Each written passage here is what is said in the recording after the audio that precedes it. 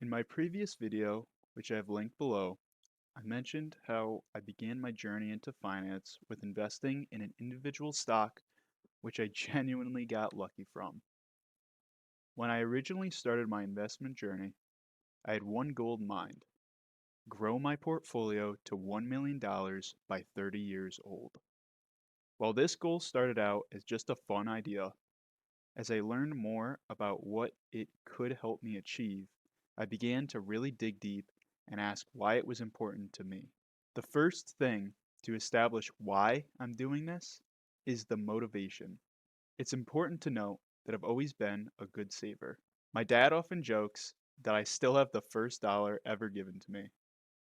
But this alone is not the main motivation for this aggressive 7 to 8 year plan. Put simply, the goal isn't to live a lavish lifestyle. The goal isn't necessarily to have a bunch of money to spend, but more so about the opportunities that it will afford me. The motivation stems from a little movement named FIRE, standing for Financial Independence, Retire Early. The main idea of this movement is in the title.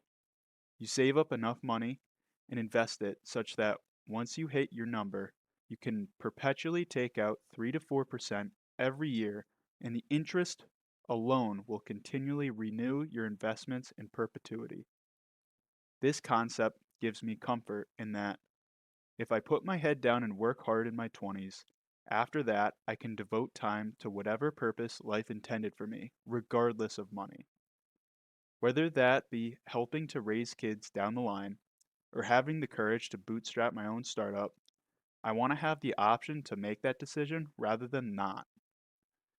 Within the FIRE movement, there are countless different approaches, such as Barista FIRE, in which you save up an amount of money that you then supplement with a part time job, which may provide other benefits such as health insurance.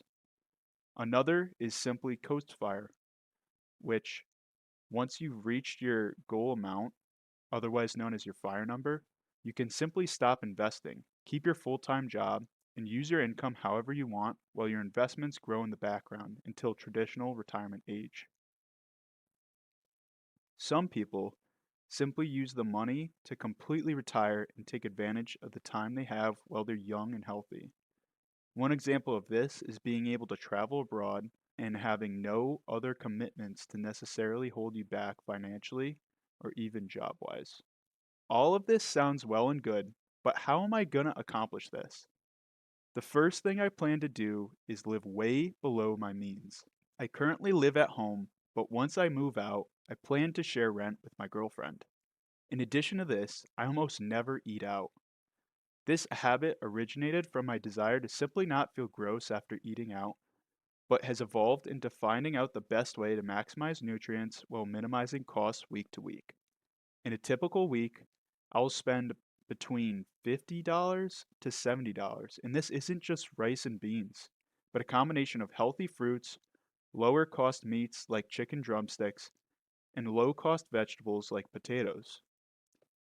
Another thing I do to reduce expenses is choosing low cost activities like hiking, going to the beach in the summer, and reading by the fire in the cooler months.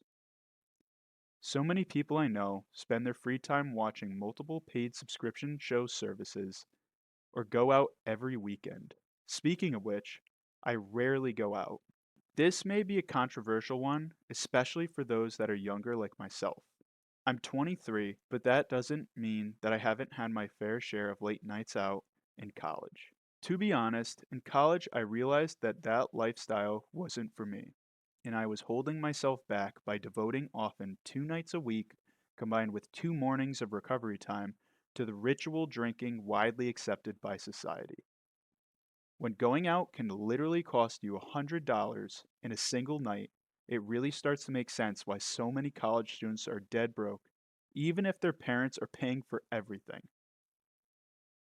While reducing expenses is amazing for increasing your savings rate, that alone will not get you to $1 million. The next core aspect of my plan is investing. I plan to invest aggressively. If I can continue to keep my spending low, I will simply invest the rest. Mostly, I like to invest in the S&P but I also want to increase my position in Bitcoin, as I feel that that is one of the best asset classes for growth in our current economy. With inflation maintaining a higher than the targeted 2% and the potential for the Federal Reserve to decrease borrowing rates, Bitcoin poses to have a rise in the future. And this is only the macro environment completely separate from the technical side, which in of its own is a great case for the asset. Because I don't plan to use any of this money immediately, I can afford to invest a good amount into Bitcoin and not worry about fluctuations in my portfolio. Well, I've established how I plan to save money and also how I plan to invest it. I want to talk about earning it too. While I currently am working full time, I plan to create new income streams in the future. My hope is that by investing time now into projects like this YouTube channel or using my engineering background to solve problems, I could eventually turn these into supplemental income down the road. This also gives me some security since having only one income stream is more risky than multiple.